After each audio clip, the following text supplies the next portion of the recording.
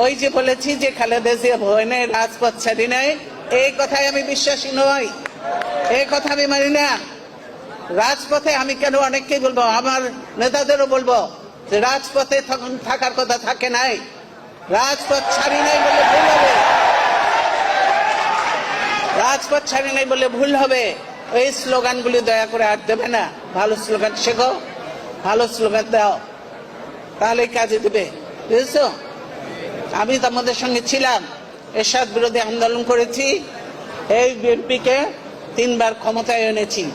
ইনশাআল্লাহ দেশ দলকে সুন্দর করে গুছিয়ে, কোনো গ্রুপিং লাভিং থাকবে না, দলকে সুন্দর করে গুছিয়ে যারা উপযুক্ত যোগ্য তাদেরকে নেতৃত্ব দিয়ে বিএনপি ইনশাআল্লাহ আবার ক্ষমতায় আসবে। ছাত্র দলের প্রতিষ্ঠা বার্ষিকীতে এটাই তো আমাদের শপথ, এটাই তোমাদের হতে হবে শপথ।